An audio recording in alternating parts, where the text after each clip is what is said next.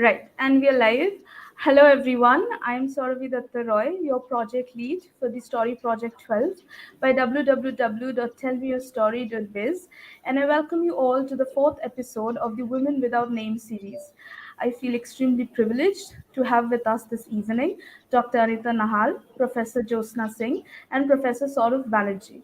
Today's topic for the discussion is Anonymous is a Woman. Tell Me a Story also calls for submissions on the story prompt, that is, Women Without Names. Registrations are also open for the Writing Program Season 13. So let me begin now by introducing our panelists for the audience. Anita Nahal is a Pushka Prize nominated Indian American author and professor. She teaches at the University of the District of Columbia, Washington, D.C. She has four poetry books, four for children, and five edited anthologies to her credit, among others. Her third poetry book, What's Wrong with Us Kali Women, is prescribed as mandatory reading in a course on multicultural society at Utrecht University, the Netherlands. Her first novel, Drenched Thoughts, was released recently in 2023. Welcome, Dr. Nahal. Our next panelist, Jyotsna Singh, is professor at Michigan State University, the US. She teaches and researches 16th and 17th century literature and culture, including Shakespeare, travel writing, post colonial theory, histories of Islam, and gender and race studies. Her key published books include Colonial Narratives, Cultural Dialogues, Discovery of India in the Language of Colonialism, Shakespeare and Post Colonial Theory, and a companion to the global Renaissance. She co authored an early book, The Wayward Sisters Shakespeare and Feminist Politics. She has also received fellowships at University of London and the Oxford University. She is a globally recognized speaker and is currently writing and lecturing on global cross-cultural encounters, representations of Mughal women, travel writing, and Indian culture and politics. Her work in progress is a memoir of Chandigarh, tentatively entitled Chandigarh, a city in search of an identity, architecture, and cultural memory. Welcome, Professor Singh. Thank you. Our last panelist for the day, Sourav Banerjee, is an associate professor and head of the Department of English of a government sponsored college affiliated to the University of Calcutta, West Bengal, India. He has more than 20 years of teaching experience. He has been University Research Fellow and has done his PhD on the projection of cultural nationalism in the novels of the Australian novelist David Malouf. He is an education ambassador of the International Organization of Educators and Researchers Inc., IOER Philippines, the managing editor series of TMYS Review's international projects, and a member of TMYS Review, a member of the International Advisory Board of the book series titled Posthumous and Citizenship Futures of Roman and Littlefield, an international editorial board member of Asia Pacific Journal of Advanced Education and Technology, published from Indonesia and Philippines, book review editor of Journal of Ecohumanism reviewer of South Asia, Journal of South Asian Studies, and also a reviewer of the e-journal Intersections. He has published papers and articles in many national and international journals. He has also delivered many keynote speeches, plenary addresses, and invited lectures in India and abroad. He is also one of the founding members of the English Lyceum. Welcome, Professor Banerjee. Thank you. Thank you so much. Right. So, without further ado, then I would like to begin today's session. The first question is, the topic itself and the much of the inspiration for the entire project comes from Virginia Woolf, who had first stated that for most of history, Anonymous has been a woman. So, in your personal and professional life, how much has this statement impacted you, or a woman that you might know, and how their struggle has inspired you in your own journey? I would like to call upon Dr. Banerjee first. Okay. Thank you, Sourabhi, for the kind introduction and for the opportunity to be on this panel with such stalwarts. Good evening to everyone. So now to respond to your question, we know that around the year 1929, the British novelist Virginia Woolf, while going through the books in her library, wondered why no woman in Shakespeare's time had written, and I quote, a word of that extraordinary literature when every other man, it seemed, was capable of song or sonnet. Unquote. Then she concluded that, and I quote again, indeed, I would venture to guess that Anon, who wrote so many poems without signing them, was often a woman. Unquote. And those penetrating words, frequently modified as, for most of history, Anonymous was a woman, have sadly persisted even today, as women worldwide continue to be restricted by society's formal and unspoken barriers. The title of today's panel directly echoes, or if I may be bold enough to assume, is even inspired by the title of Nina Ansari's groundbreaking book, Anonymous is a Woman, a Global Chronicle of Gender Inequalities, which takes the readers on a 4,000-year-old historic journey to expose the roots and manifestations of institutionalized gender discrimination.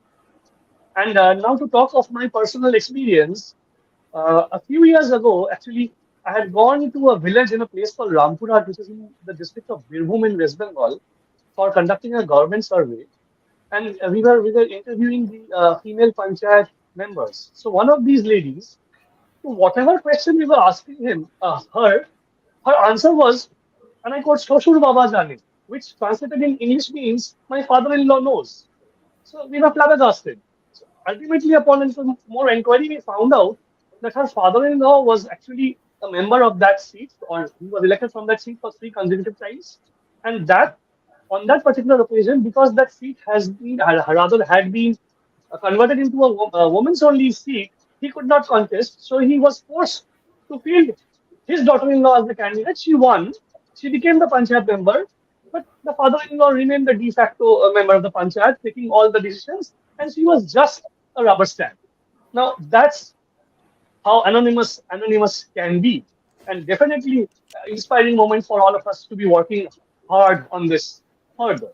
Again, not on a not so personal note, yet a very personal note for everyone else in this world. During the COVID-19 pandemic, as countries were trying to curb the spread of the disease, right-wing male populist leaders were dominating our political systems on a global scale. But recently published research shows that women leaders had responded most successfully to the virus, prioritizing human life and keeping the numbers of deaths low.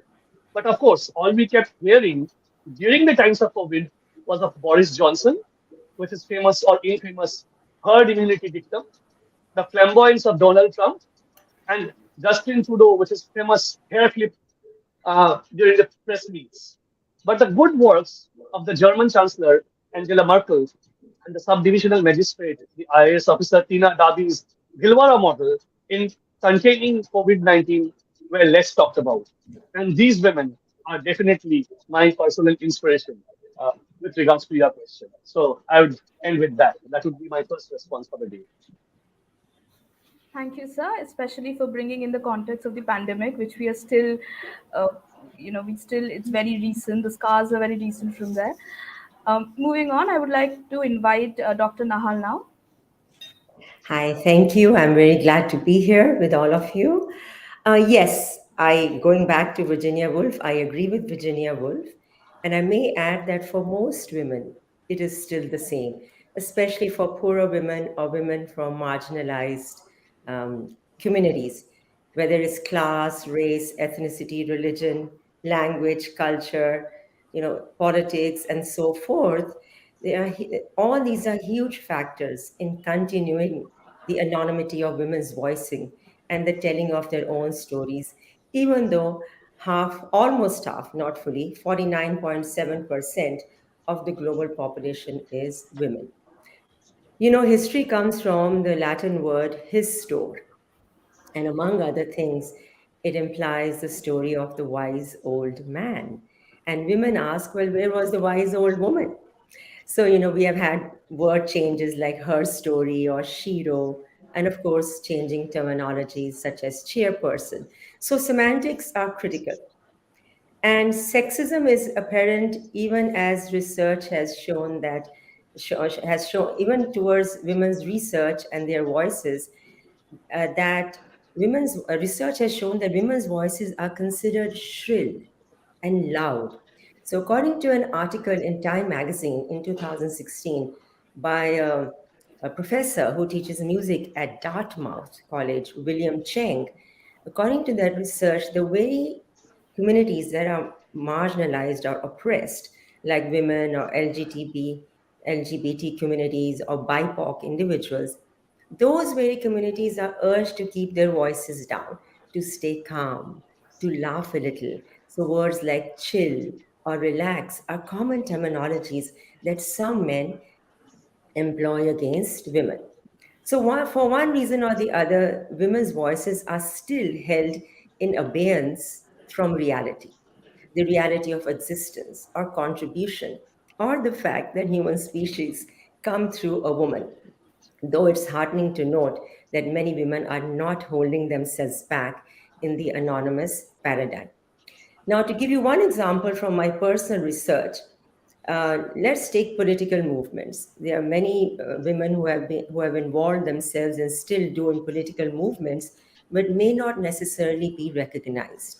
I did research on a movement called the Niagara Movement, which Du Bois began in 1905, just before he started the NAACP in 1909. And I looked at the role of African American women in that movement. And that research actually became a leading research, which was later published. So I wanted to draw out that how women's roles that were so critical to that movement, but were not either registered or spoken about or recognized. So, this is just one example. And as far as inspiration is concerned, yes, personally, if you go back historically, women like Harriet Tubman or Sojourner Truth, Sarojini Naidu, Indira Gandhi, Susan B. Anthony, or various female goddesses or writers, Maya Angelou, Toni Morrison, all these have inspired me in my own journey, and I have sought to showcase marginalized women's voices through my research and in my writings, in my poetry and fiction. And this poetry book that we're going to talk about in a short while, What's Wrong with Us Kali Women, tries to address that. And my just released novel, Drenched Thoughts, is actually a feminist literary novel. And I've tried to present not just my singular woman's voice, but that of collective women's voices, in the hope that someone might benefit from our experience, just as we have benefited from watching women in our lives, private and public, my mother being an example, that hopefully our writings will inspire women and men who come behind us. If you'll give me the liberty, I just want to read 5 or 6 lines from the title poem of from this book, which is called "What's Wrong with Us Kali Women." And I have looked. Just I wanted to read those 3 or 4 lines. So the poem goes, "What's wrong with us Kali women?" And I'm talking about the fear that some men or some women can have. There's nothing wrong, nothing wrong. That's your fear labeling us. We are the Kali women and all other female, male, androgynous gods. We don't distinguish. We seek, we learn, comprehend, embrace. We are the Kali women in the forefront, striding, and yes, strutting our stuff too.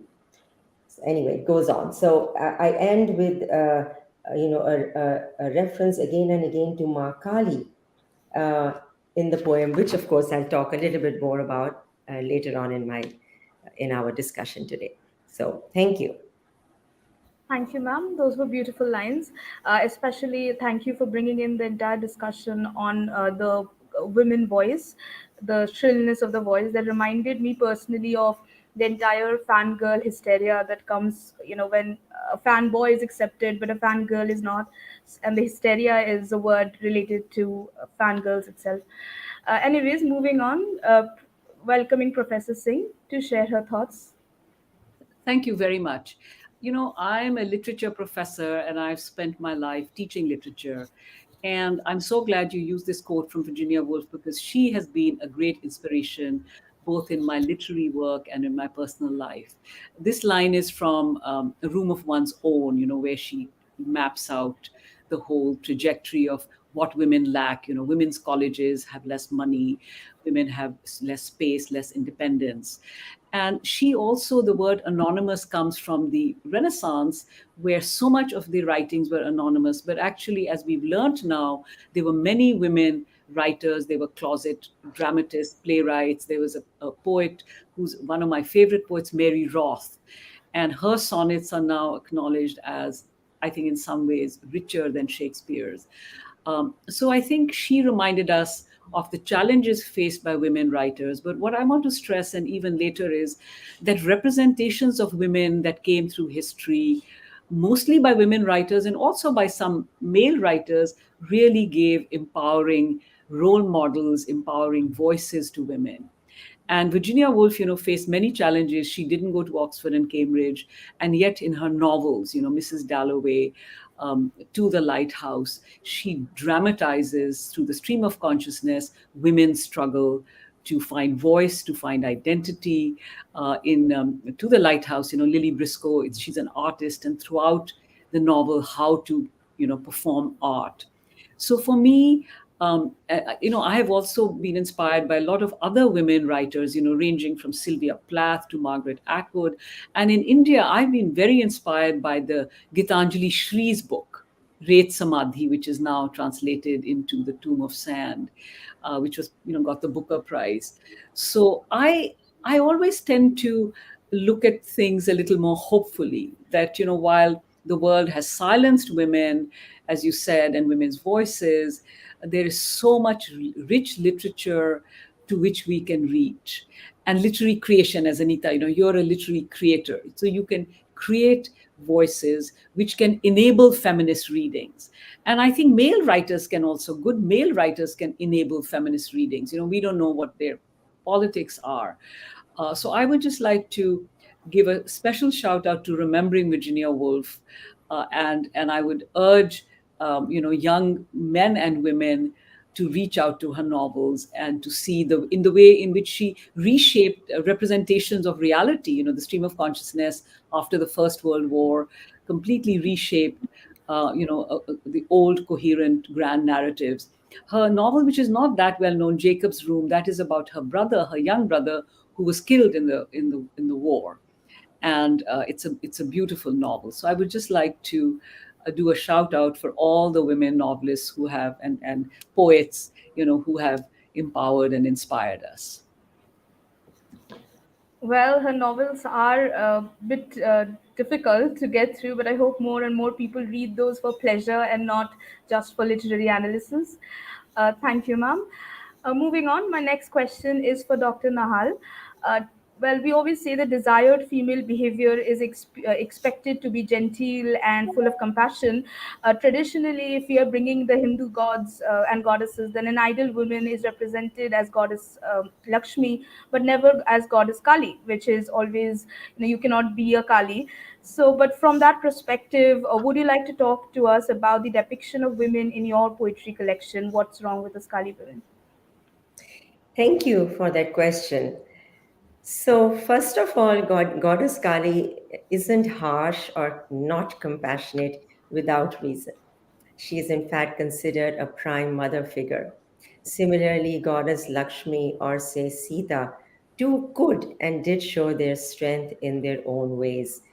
It's said, Lakshmi doesn't visit people's home to bestow prosperity on them if they use their wealth for evil purposes.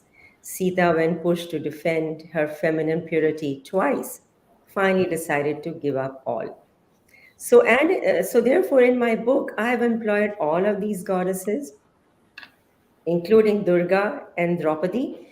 However, at a very esoteric level, at one end of the spectrum, and on the other end, hopefully, on a very universal plane, my creative stream of consciousness presents an amalgam of talking about colorism or race differences, even though there's just one race, the human race.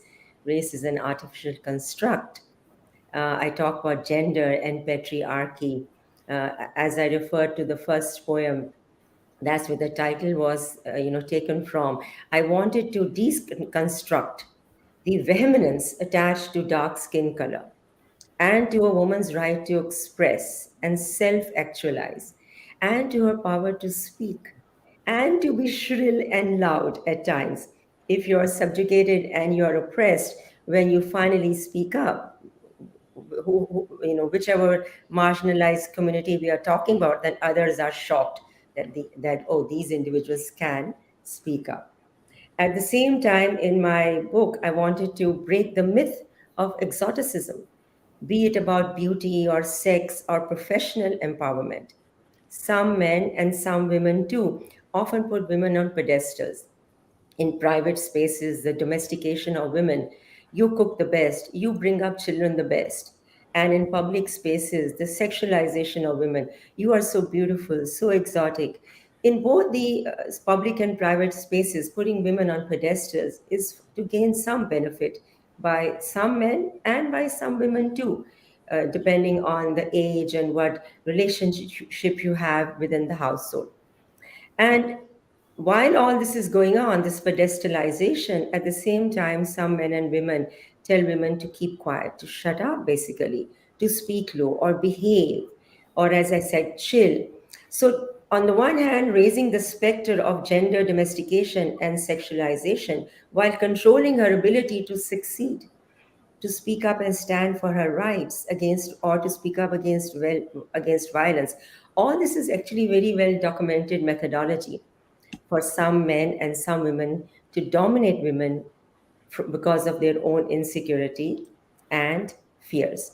So while this book, What's Wrong with Us Kali Women, touches upon that very gendered paradigm that many men and women, uh, move within and want to keep women, subject to that. At the same time, the book also talks a lot about almost all kind of injustices or biases that we can think of or I thought of, like biases against immigrants or professional standing, poverty, homelessness, environmental degradation, the way humanity is progressing, the way we abuse each other.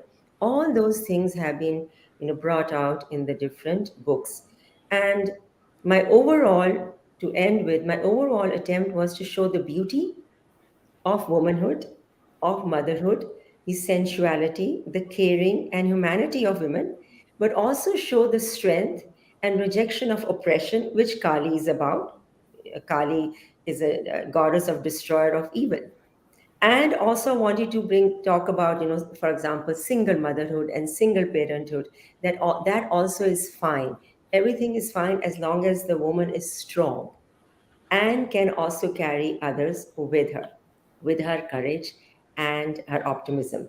So I just wanted to conclude with the jacket. I worked a lot with the designer. If you see here, the first woman here, they're all of different ages, but the first woman is in a dress and holding a child. The second woman is in a sari and she has a tattoo on her shoulder and she's wearing, goggles or dark glasses and looking back at the audience with that question, what's wrong with us Kali women? The third woman is in pants, again, could be universal from any part of the world. And the last woman is slightly older in a salwar kameez. So I wanted to bring out the urban rural dichotomy as well. So hopefully that responded to your question. Right, that's a beautiful jacket, ma'am. And thank you for choosing Kali as your subject, especially to show beauty and compassion through her, which we don't really associate with her. And so I hope that more women just channelize their inner Kali, showing compassion as well as the power. Moving on to Professor Singh. As a student of literature myself, and an ardent fan of Shakespeare works, I am wanting to hear you discuss the depiction, position, and battles of Shakespearean women. How have they redefined the concept of gender and desired feminine values for you when you were conducting your research? Thank you so much. I didn't have a copy of my book. First book I co-authored was The Wayward Sisters, Shakespeare and Feminist Politics. And The Wayward Sisters was actually a title used for the three witches in Macbeth. So we kind of embraced becoming the witches and, countering the sort of patriarchy. And I remember our editor didn't want the title to be Wayward Sisters because he said, how will we catalog it in the library as under Wayward? But we prevailed. So, I have taught and researched Shakespeare many years. And I would like to address, he was a white man writing 500 years ago. How does he speak and why should we be reading him? And the first thing is that And his plays are difficult. I think they take effort and there's a lot of help. But I think what is really amazing is that at the time, there were no real women on the stage. And yet he produced these phenomenal women characters in a variety of positions, voices, and points of view, and the way they were treated, in which they expressed women's agency in so many different ways. And so they were basically young boy actors playing women's parts. And I found increasingly that they really enable very, very thoughtful, not only feminist readings, but readings about sexuality, sexual desire, LGBTQ rights, trans rights. I think all the things that we think are kind of new and trendy today, people are reaching out to in Shakespeare. And I just give a few examples. So in the comedies, you have women like Portia or Rosalind or Hermia and Helena in Midsummer Night's Dream. And in those, they're quite powerful. They're resistant to the males, that who are interested in them, and often they resist patriarchal marriages. When they're being forced to marry in Midsummer Night's Dream, they run into the forest. In the tragedies, although the women are killed and they die in the end, Desdemona and Cordelia, but they are given voice, and I think that's what makes Shakespeare really unique. He gives voice to the marginalized, to the oppressed. He gives voice to Caliban, who is the colonized, the native, and he gives agency. For instance, Desdemona, we think she was murdered, killed by Othello. She is the one who proposes to him. He's an older black man and he wouldn't dare. And she says, if you have think of a friend who may like me. She nudges him on. So I've been inspired by voices like that. But also, I think what Anita said, he deconstructs patriarchal values. So in Romeo and Juliet, you have these young teenagers who she challenges her father, challenges the whole system, the very toxic masculinity which is being proposed in the play. He makes visible very toxic masculinities, and he has female characters challenge those. I think one of his most disturbing plays is The Taming of the Shrew, which actually refers to many women being labeled shrews and their husbands being punished for not controlling women or silencing women. So he takes that story and kind of turns it on its head. And I think finally, to me, and that's what I urge students, is the poetry, the poetic language. And there's some very good, I remember when I was in college years ago, people like, Al-Qazi, Ibrahim Al-Qazi did amazing Urdu translations. We know Utpal Dutt, I've done a lot of work on Shakespeare in India, ranging from Utpal Dutt or even, the earlier Michael Madhusudan Dutt and the Calcutta productions, Sourav, you may know this. So my earliest published work was actually on Shakespeare in India, that how, they've appropriated. And now there's a whole movement called Global Shakespeare. But as far as women, I have learned from Shakespeare the production of gender. That gender is not fixed. It's not, it's not static. It's always appropriated. It's always contingent. And desire is not fixed. When you teach undergraduates, what is love? You have a boy actor dressed as a girl, dressed as a boy. So he turns all those gender categories and fixities that we believe in on its head. And so I find increasingly, if we just look at the plays, spend some hard work looking at sections, look at some translations, look at, Bhardwaj's films, Omkara and Heather. I think the most important thing to me is that gender roles and gender constructions are not fixed. They are not totally debilitating. You can have voices to address them. But on the other hand, he was not naive. He made visible patriarchy. That patriarchy can be toxic. And the final play that I don't know, it's not that common, is Measure for Measure, which was kind of a link to the Me Too movement, because there's this very oppressive governor who wants to basically rape the woman. And she says, I will report you. And he says, who will believe you? This is the exact line from Shakespeare, which kind of became a call for the Me Too movement.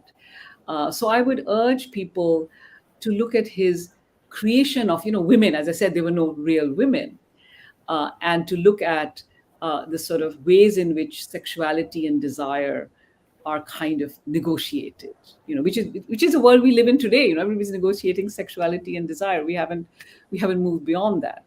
So that's my little 2 cents worth here. Right.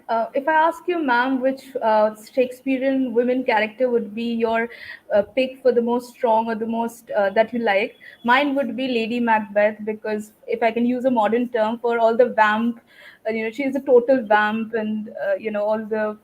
But she also has the psychological change and development that she goes through. So, what would be yours? I think I like Lady Macbeth, and I think she's often demonized more. I think I like I like Desdemona a lot, and I like Juliet a lot. Juliet was 15 years old, and Romeo says, "Come out with me." She says, "No, no, fix my marriage first." And I think I like Juliet very much, and I like Desdemona very much, who really, she fell in love with this complete stranger. She alienated from her father. She was extremely intelligent. But I like the Measure for Measure plays. I like some of the characters in the comedies. And Portia is wonderful in Merchant of Venice. She saves everybody's life. And so he makes these extremely intelligent women who talk about being women, and yet, of course, because they are boys. But Lady Macbeth, you're right. And Macbeth and Lady Macbeth really love each other. That's people don't always get that. They're the happiest marriage, actually, in some ways, is their marriage, and that's why they're so vulnerable to each other before they, go on their downfall. But you're right. And there are lots of very good, actresses who have played her in the past. Right. Moving on to Professor Banerjee, I would like to invite you to share some examples of historical movements in fiction or non-fiction literature where women's anonymity played a pivotal role in advancing their rights or causes. Who are some of the most feminist male authors according to you? Okay, thank you for this wonderful question. So, as Professor Singh has already mentioned, Virginia Woolf's A Room of One's Own in September 1929 is obviously one of them. And Jane Austen writing on a little bit, not 2 inches wide of ivory, is the other example I would say. But I'd really like to go a little deep into this. We must understand something else too. Publishing novels and poems anonymously was once very commonplace. Between 1660 and 1750, approximately 50% of published prose fiction did not list an author on the title page, while a further 20% appeared under a pseudonym or tagline. Now, this Yeah. percentage of novels being published anonymously between 1750s and 1800 rose still higher, reaching almost 80%. The editorial convention dictated that poems and reviews published in magazines usually appeared without attribution. While some authors may have relished remaining in the background for reasons of, say, modesty, notoriety, or a fear of criticism, for many others it was purely a matter of convention. The use of pseudonyms around the same time emerged as an often ironic subset of anonymity, I'd say. So, if you remember Mary Robinson, the actress and mistress of the Prince of Wales, later King George IV, published poems as Tabitha Bramble in the Morning Post. Now, Tabitha Bramble being a sex-starved spinster in Tobias Smollett's novel Humphrey Clinker in 1700, no, 71, 1771, right? So the idea of being an author, the idea of being the author as a figure of interest only really emerged with Romanticism in the late 18th century. For women, however, the path to recognition and acclaim remained fraught with obstacles. Uh, During the late 18th and the early 19th century, writing, and especially the writing of fiction for money, was seen as the most unladylike activity. Unseemly parallels with prostitution arose regarding the notion of women writing novels, which were then sold to anyone willing to pay. Derogatory terms such as the female quill driver were very common. Women from well-to-do backgrounds were not expected to pursue a career at all, but rather to devote their efforts to making a good marriage. All the same, women read books and they wrote them in large numbers. So by the mid 18th century, uh, the tag by a lady became a very common sight on title pages. This indicated not only the sex of the author, but also that the book was by somebody of a certain class and thus suitable for perusal by respectable women. Now, Jane Austen's first published novel, Sense and Sensibility, 1811, appeared with the tag by a lady. Her next, Pride and Prejudice, in 1813, appeared with the line by the author of Sense and Sensibility. Now, viewed from a 21st century perspective, it is deeply significant to reflect that Jane Austen, one of our most loved and acclaimed authors, never saw her name on the title page of one of her books. Her authorship of Sense and Sensibility, along with the novels that followed, only became widely known in December 1817 with the posthumous publication of Persuasion and Northanger Abbey. Now, these novels appeared together with a biographical notice of the author by Jane Austen's brother Henry, in which her authorship was revealed. Now, Austen was not the only one who was far from keeping her, or who kept her identity a secret. Her near contemporaries, I can remember Maria Edgeworth and Radcliffe, Frances Burney, and Mary Shelley also published their early novels anonymously. Now, 10 years before the publication of Jane Eyre in 1847, Charlotte Bronte sent a selection of her poems to the then poet laureate Robert Southey for comment. Southey's reply was far from encouraging. In his letter to Charlotte in March 1837, he advised against the notion of women pursuing a career in literature, commenting, and I'll just quote here, literature cannot be the business of a woman's life, and it ought not to be. The more she is engaged in her proper duties, the less leisure she will have for it, even as an accomplishment and a recreation. Unquote. Hardly surprising then that in May 1846, when Charlotte, Emily, and Annie Bronte published a collection of their poetry, they did so under the pseudonyms Currer, Ellis, and Acton Bell. They did not give up. They published, but anonymously. And coming to the next part of your question, my most favorite male feminist authors, I would definitely say Gustave Flaubert, Henry James, D.H. Lawrence, William Shakespeare, and Leo Tolstoy. So that would be my list of the famous, my favorite authors, male authors who are feminists. I hope that answers your question. Thank you, sir, especially for talking about Jane Austen, who is always stereotyped as for teenage girls and women. So, being a man, thank you for speaking on behalf for her.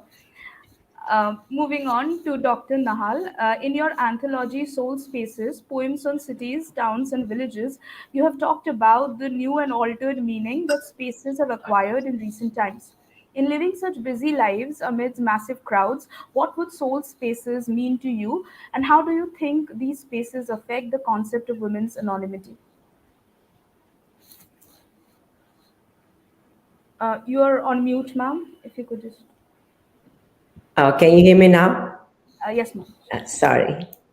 So I was saying, wonderful question, and a lot in that question. Let me first show the jacket of that book, Soul Spaces. So as you can see, there are smaller dwellings, which could be a village, or tall buildings, could be cities. And this was co-edited by 8 of us, besides myself, Basudra Roy, Cyril Dibadine. Basudra Roy is an Indian poet and author. Cyril Dibadine is a Canadian Indian author, and E. Ethelbert Miller, he's an African American writer living in Washington, D.C. Jaideep Sarangi, also a professor in India. Mala Srilal, also a professor and writer. Nandini Sahu, professor and writer. And Swati Paul, professor and principal of Janki Devi College in Delhi. So, spatial identity is well known and accepted as a combination of people, physical spaces, or elements in those physical places or spaces, and events. And all of these can be roughly translated to matter, space, and time. So history is replete. And because I'm a professor of history, I tend to refer back to history a lot. History is replete with examples of spatial essentialism, though the theory has been discounted by some scholars. And in modern times, essentialism doesn't necessarily have to be linked or associated with spaces. However, to give a few examples of spatial impact on gender, on people's psychology and lives, let's talk about slavery, for example, or the obliteration of indigenous populations, the Holocaust, India's partition and the movement of spaces and people changing their living places and working places, and the whole change of identity for all of them. Africans moved from Africa, forcible movement, or obliteration of indigenous populations, as I mentioned, the Israel Palestine corridor. And now COVID. So during COVID, survival became the new identity, as many of us had thought. And while optimistically, I would hope that these kind of global pandemic crises might save us from the emergence of a dystopian society, though there are so many movies like Elysium, and there's so many other movies not coming to my mind now that have referred to the oncoming of a dystopian society, and many other factors would lead to it.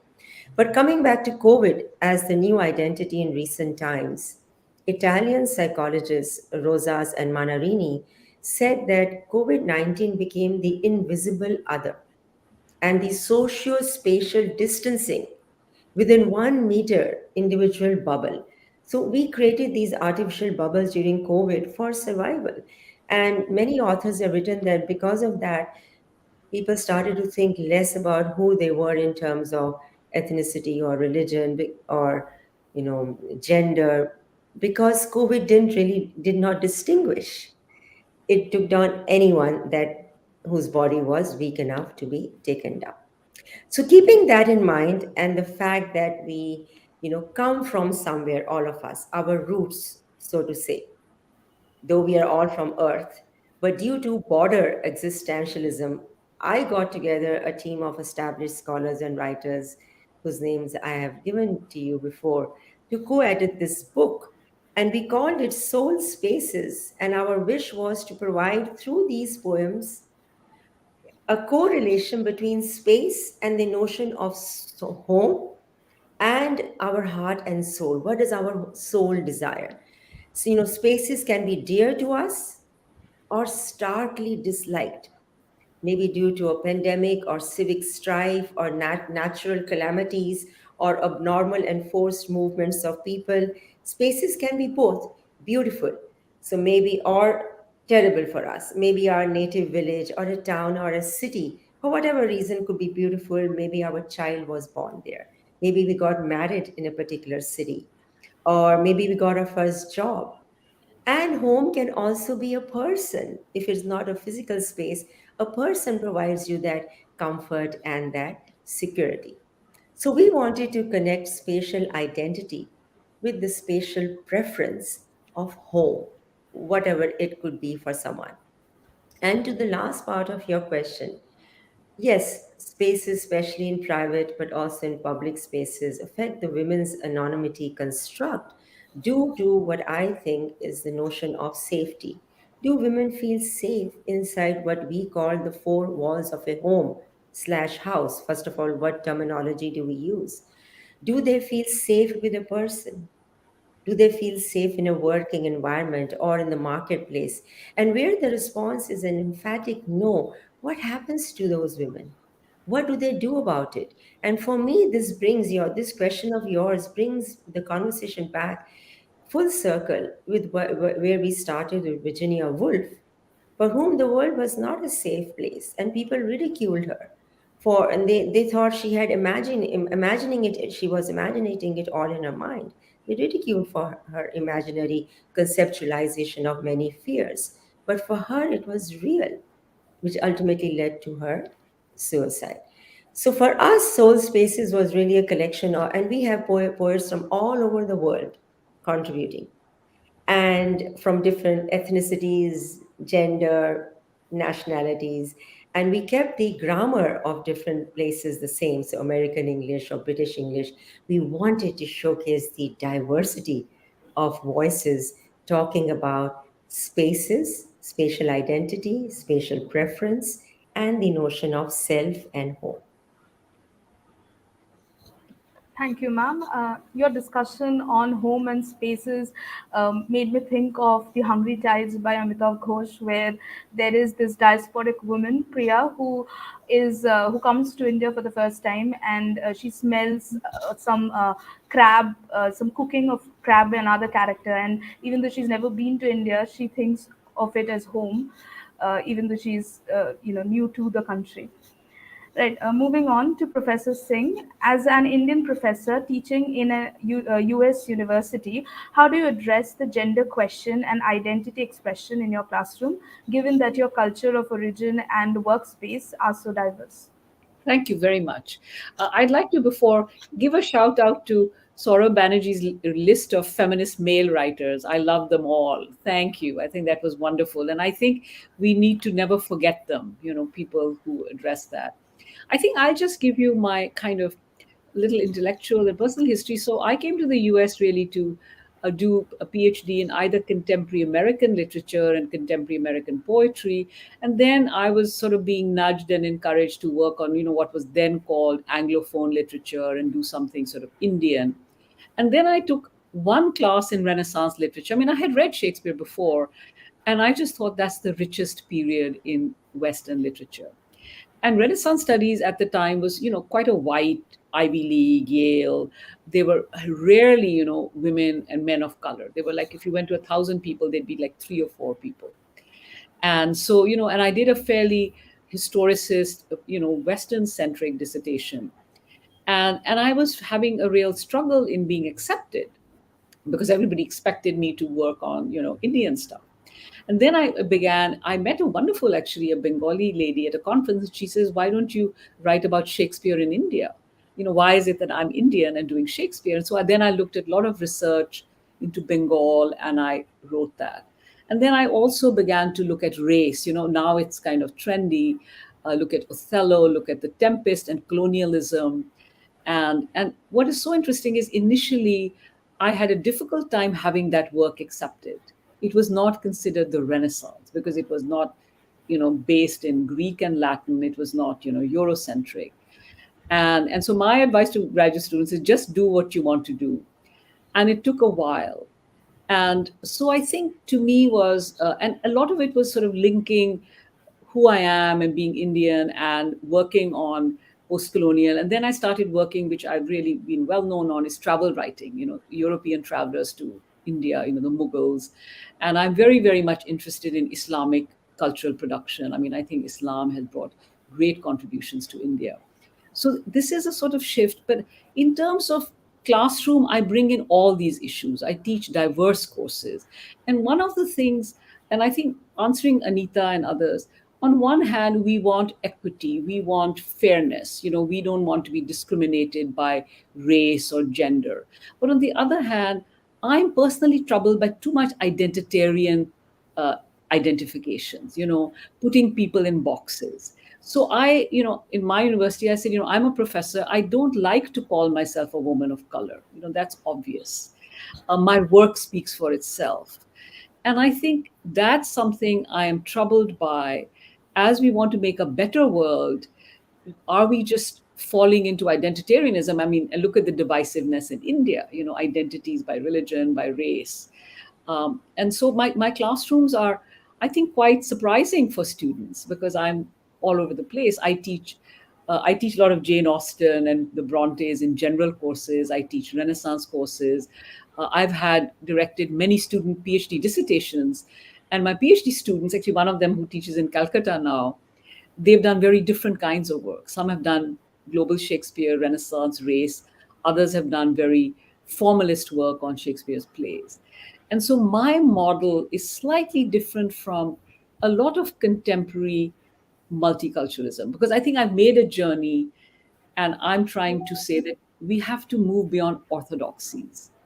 And I can give you a lot of sexism, not only from white colleagues, but also some senior Indian colleagues. The sexism is everywhere. And so I feel, we should celebrate diversity. And finally, I always tell students, nobody should be afraid to claim work that's alien, just because, oh, Shakespeare's a white author, I'm a black person. Uh, you should claim everything.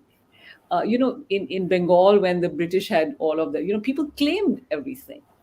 And that's also being told to students, you can only read this. My model is somebody like Edward Said, who wrote so much on Palestine, and yet he was a great lover of English literature. He wrote on Orientalism, which colonized the world. So I like to people to think a little bit that as we are fighting for equality and fairness, in terms of cultural interactions and cultural productions, we need to mix up things a little more. We need to claim work and we need to critique work, and not simply say, I am this and this is what I will read. And I don't know how much of that is happening in India, but I think in the US there is a lot of that happening, of people reading according to. So if I'm Indian, I should only teach Anglophone. So I think I've had a very happy and productive career in the US, and I've also done a lot of work in the UK. But I've tried to, so I was just really associated as a race scholar, and now I'm seen as global scholar. The labels have changed, and I just feel, there's discrimination, you just blow it off and you pretend it doesn't exist. I mean, I try to, but you're right. I mean, I have a certain amount of privilege, and but I always tell women, be bold. you know the world is yours. So that's my little spiel here. Thank you, ma'am, for being so candid about your personal experiences. Um, Moving on to Professor Banerjee. Sir, in recent times, women empowerment and women centric topics are picking up quite the heat in the themes of many films, books, and TV shows, basically anything that is popular culture. So, but along with this, the other narrative that has long existed is the male gaze. So, as a male professor and who is fathering a young daughter and who is also a believer in gender equality, how do you explain this male gaze to yourself first and then the other stakeholders?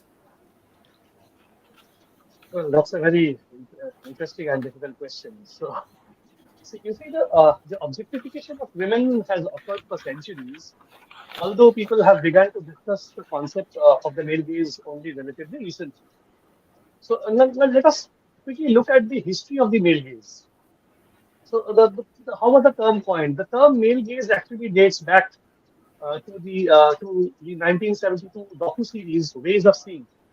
In this television series, art critic John Berger focused on analyzing Western European art, countering the traditional way of viewing and depicting the female body.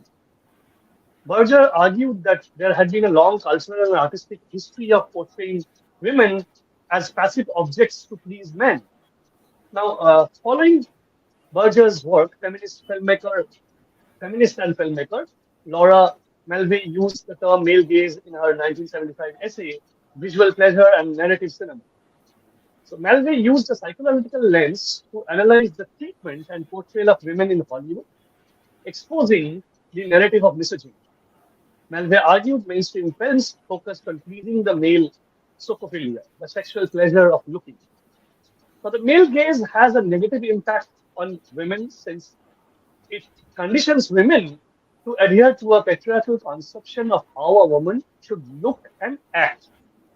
The male gaze constricts how women define themselves, diminishing their potential purpose is outside of a sexualized and objectified context. Let us take the example of the Egyptian queen Cleopatra. She spoke as many as a dozen languages and was educated in mathematics, philosophy, poetry, and astronomy.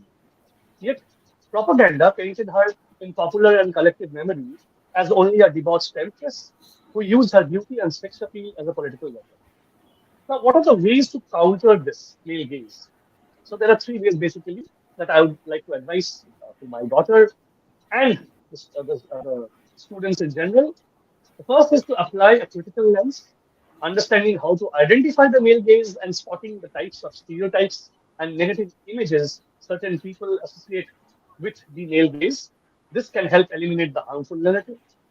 The second is placing women in roles of empowerment, and by removing the tropes associated with the male gaze and changing the images certain people associate with the female characters, young girls can view themselves in productive and successful roles. The third would be definitely by spreading awareness. Engaging in productive conversations is a great starting point for combating the male gaze. But before I end my answer to this question, I'd like to say that the one way not to counter the male gaze is by promoting the female gaze in equal and opposing amounts, as sadly is happening in recent times. If I've talked about films and other popular media, so the movie Pathan is a classic example of this, especially the song Besharam Rang, where both a scantily clad Deepika and a bare torsoed Shah Rukh Khan are depicted to tantalize and induce both the male and the female gaze. Equality maybe, but toxic to say the least. That would be my response. Thank you. Thank you, sir. Moving on to my next question. How does anonymity intersect with intersectionality? I would like to request each of your individual thoughts on the same. Dr. Nahal? Thank you so much. I just wanted to add to what Dr. Banerjee has said. Very good points. And I just wanted to add it's also critical for parents to raise balanced sons. So, the female gaze comes from the male. So, we have to make sure that when we are raising sons, we raise them like we would a human being.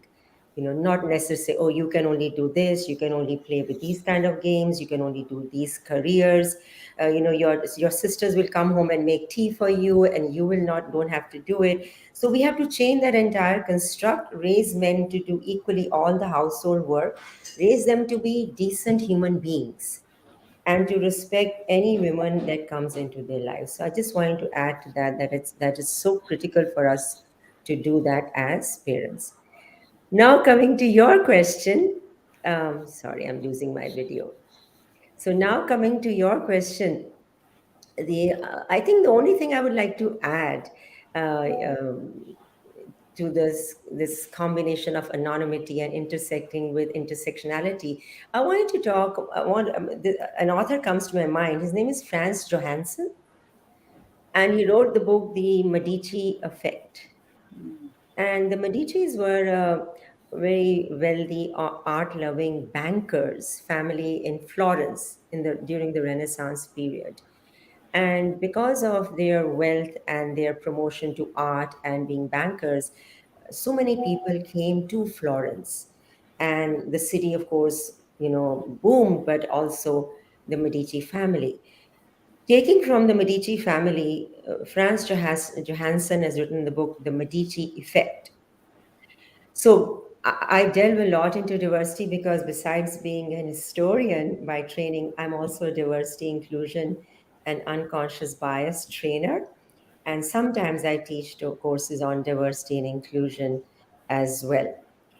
And this book talks about that how when you have different diverse individuals, and yes, I agree with Professor Singh that too much of identity assertion is not necessarily, particularly given in the times we are existing in, in context of human survival and our planet's survival.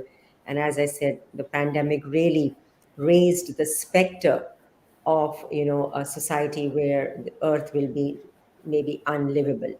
So in his book, he says that when you have different diverse people coming together at an intersection, those ideas then give birth to new and fresh ideas.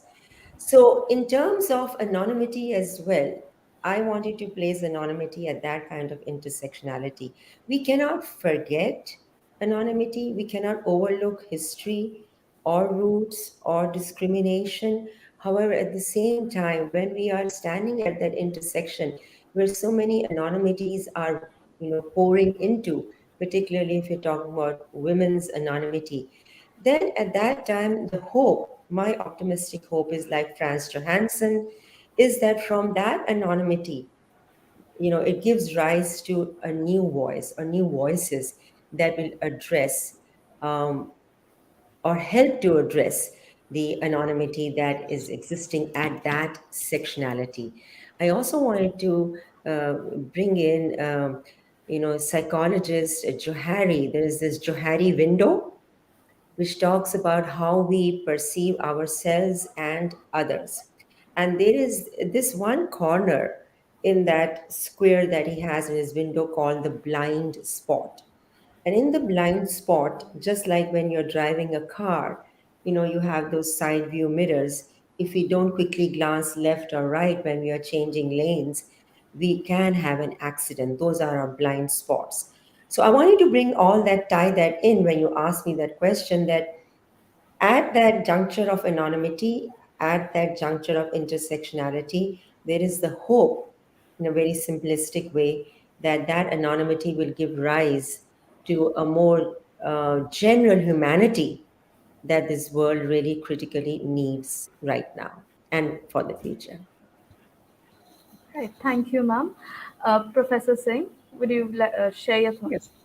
Thank you so much. I wanted to look at the term intersectionality from its very particular history of authors like Kimberly Crenshaw, who kind of used this word in the US, and also another earlier author, Indian Chandra Mohanty. I think they were very important figures in kind of pluralizing and kind of deprovincializing European feminism, because feminists in the West, it was a very white, very kind of class-based feminism, and they made it visible. And I was very influenced as a student and over in my research of this intersectionality, that people have multiple class positions, race positions.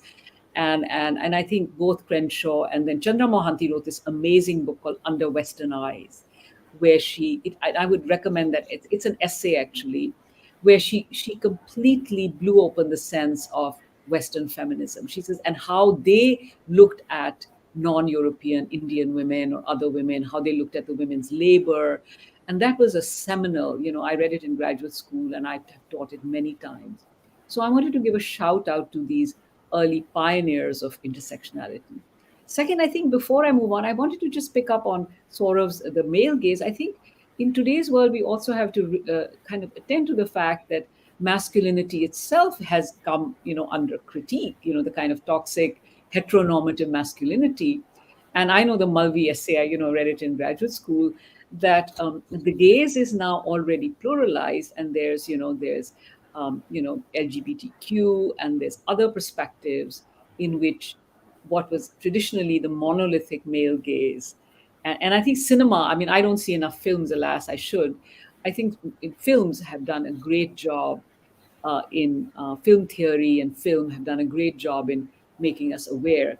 In terms of anonymity, and I don't want to take too long, I think in the world we live in, it's probably hard to be anonymous. Everything is so mediated. And so the days of Jane Austen and Charlotte Bronte seem kind of removed. But of course, the pseudonym issue then again brings identitarian politics. So, what if a white man is writing as a woman of color? And I think there have been some cases like that. But of course, again, it comes to, I think the central question we've been discussing is, we want a world of equity. We want us to have respect, dignity. We want our identities to be respected. But then to what extent can we say that this is my identity and I can only claim it? So I find a real interesting tension between, you know, who uses a pseudonym, who is entitled to use a pseudonym, are women more pressured? And I don't have any answers, but I think this question has a new kind of resonance in our social media world. And I don't know if anyone would agree or disagree, or have anything to add to that. Just my Right. Thank you, ma'am. Moving on, Professor Banerjee, over to you.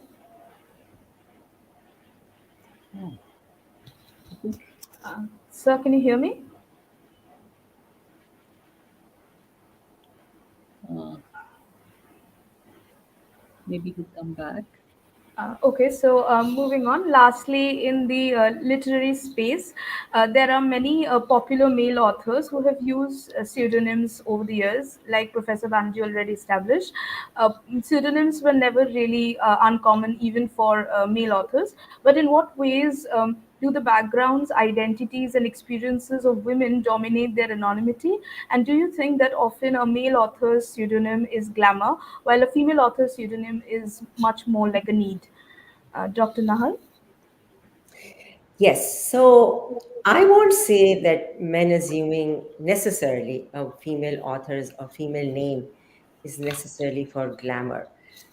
Just to give you one example, say Benjamin Franklin, who at the age of 16 was too young to be taken seriously by his newspaper owning brother. So he assumed the name of Mrs. Silence Dogwood, and wrote a lot about New England society in the US at the time. So while his reason might have been personally self centering, but not necessarily for glamour, and he did get his point across about New England society. Later, he used the pen name Richard Saunders for the Poor Richard's Almanac. So, women and, coming to women and them using pseudonyms to express, especially about gender, or simply that they would not be taken seriously, such as Emily Dickinson, and of course, so many other authors that have already been mentioned, so I don't want to repeat. Yes, that has happened in history and historically. The need to be, need to get your work out in print, need to be recognized. I recently read a novel written in 2016 called The Glass Bead Curtain by a very well known poet novelist from India, Lakshmi Kannan. And in the novel, the grandmother of one of the households, who is presumed to be living a very quiet, simple life, and wearing simple clothes, and though she was respected and her opinion was taken, but no one knew that she led this secret life, and she had two pseudonyms, one that of a man, Agastya, as in the sage, and one her other female name was Phalguni. So under both these names, she addressed so many issues related to gender, especially as Agastya. The character really brings out the issues pre-independence at the time, 1900s, 1910s, and 1920s, and how independence, whereas national movement, how it impacted women's rights as well. And we know, as if we want to classify ourselves, and I am okay with classifying myself as a woman of color, because that allows me to understand where I stand, and as sociologists of the standpoint theory argue that knowing your position, or this beginning point of any relationship between two individuals or two ethnicity, is critical to understand the rest of the flow of history.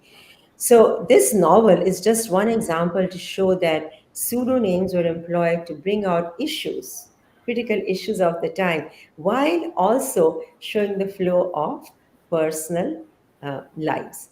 So to end with what you started, I don't think necessarily that men or women choose glamour. Could be. I'm not giving you examples maybe of those, but I think for women particularly it becomes need to be recognized and get their work out. And there are so many movies that also show this, but I'm looking at time, I'm going to stop there. Right. Thank you, ma'am.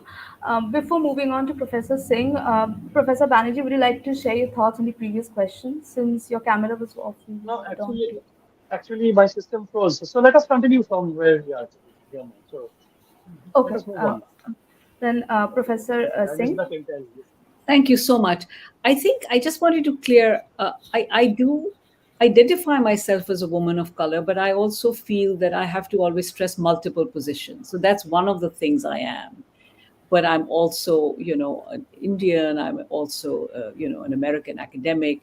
So to sense multiplicity, I think in terms of the pseudonyms and pen names, I like to go to sort of to Urdu poetry, and to poetry where people would often take, pen names, Dard, and and they would use their pen names in the last couplet of their writings. And I think they used it very interestingly, and often with very gendered voices, like fairs they would write from a women's point of view. So much of great poetry written by men has women. And if you look at Bulle Shah and these Sufi poets, they were all talking of women and, in their lovers. And so to me, I find, and you're a poet, Anita, so you would appreciate, I think poetry really, the lyric voices is where the future lies. Because I think they allow us this fluid identities. And so where they take these pen names, they take pseudonyms, and it doesn't matter, they can speak for sort of women's desire. I've recently become much more interested in lyric poetry and lyric voices. And of course, we know the other end is what Saurav mentioned is 19th century. Poor Charlotte Bronte had to, be like the man. But I think we are living in a more interesting world where maybe we should go back to the poets, where these issues are not important. But and just to end, otherwise, of course, I mean, when Bell Hooks wrote "Ain't I a Woman?" I mean, that was another life-changing book for me. Where she addressed her identity as a black woman and as a woman, and there are seminal moments in history. My point is that I could be a woman of color at one time, but I think history is never static. So so let's think of and I these Sufi poets to me make a lot of sense. They were mostly male, and they wrote of female desire. They wrote of God in terms of female desire. And I'm sure in Bengali and Baul poetry, I think I'm sure there's some Bengali folk traditions or something. So that's I would like to kind of end with my plug for lyrics and poets. May Right, I thank may I just Yes, please, respond please, to ma'am. Professor Singh? So listening to each other, you get so many ideas, and there's so much learning. So I'm glad you talked about different multiple identities we all um, have within us, because I talk about that in my diversity workshops. Taking the Sure. Venn diagram from John Venn, that we have this, and I call the diagram that I have developed further from John Venn is diversity and inclusion applied in layers. There's so many layers between us, and you begin with you are a human woman, for me, single mom, professor, etc., and etc. So wanting to add to that, I also wanted to add to your point about Urdu, poetry or writing. And you talk about Bulleh Shah. I want you to talk about Manto, who wrote Yeah. so, yes. And and also you talk about Ain't I a Woman, Bell Hooks, and that quotation, came from Sojourner Truth, who in 1861 in Akron, Ohio, because she was a very tall woman and no one considered her as a woman. And I think she bore 11 children. She stood up and said, Ain't I a woman? So I just wanted to respond to all the, wonderful Thank you. nuggets of Thank things you. that you had spoken about. Right, thank you, ma'am. Moving on to Professor Banerjee. Yeah, see, for me, it's a very good question, but I'd also uh, agree with Professor Nahal that yes, for women, it was definitely a necessity, but for men, it was not always glamour. It was perhaps rarely glamour. But to answer it in a little more elaborate way, let me again say something that in the preface to the combined 1850 edition of Wuthering Heights and Agnes Grey, Charlotte gave reasons for using pseudonyms. And if you allow me to quote, she said, averse to personal publicity, we veiled our own names under those of Fuller, Ellis, and Acton Bell, the ambiguous choice being dictated by a sort of conscientious scruple at assuming Christian names positively masculine. While we did not like to declare ourselves women, because without, at that time, suspecting that our mode of writing and thinking was not what is called feminine. We had a vague impression that auspices are liable to be looked on with prejudice. Unquote. And further, in order to prevent her work uh, being unfortunately dismissed by male reviewers as light-hearted romances even before reading them, Miss Mary Ann Evans published her first novel, Adam Bede, 1859, under the pseudonym of George Eliot. This allowed her book to be reviewed on its merit rather than being judged on the author's sex. But it also served to shield her private life from gossip. At that time of the novel's publication, remember, Eliot was in a relationship with the married philosopher George Henry Lewes. No. So I've been talking about the Victorian and the 18th century, 19th century. Let us move on. Let us move on to the present times. So I'll end with this. Even so, while publishing anonymously is now rare, the use of pseudonyms continues, as does the use of initials, which disguise the gender of an author. Mm. When Bloomsbury Children's Books published Harry Potter and the Philosopher's Stone in 1997, the book appeared as by J.K. Rowling.